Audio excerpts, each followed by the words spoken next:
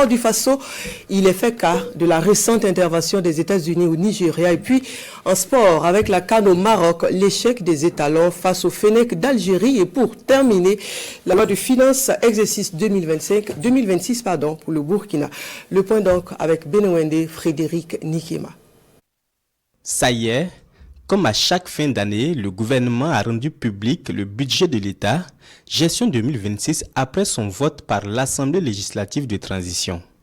Chiffré à plus de 3 431,5 milliards de francs CFA, l'Express du Faso, après analyse précise, concède désormais les secteurs prioritaires dans lesquels le gouvernement compte investir.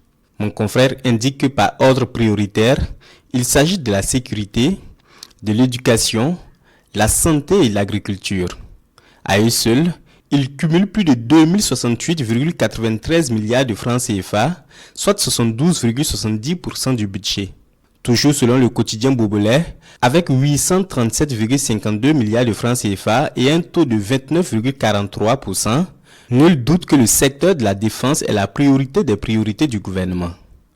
En sport, le quotidien burkinabé commente largement la confrontation entre les Fennecs d'Algérie et les étalons du Burkina Faso lors de la 8e de finale CAN 2025. Les étalons plient les chines devant les Fennecs, écrit l'observateur Palga.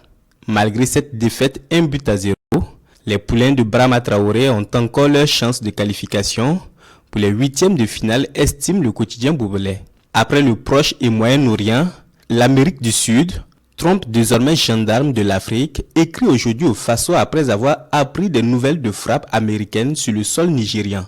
Selon le journal, un déluge de feu des Tomahawks s'est déversé en cette nuit de Noël 2025 sur les régions de Sokoto et Kwara au Nigeria pour punir et neutraliser les djihadistes qui s'en prennent aux chrétiens.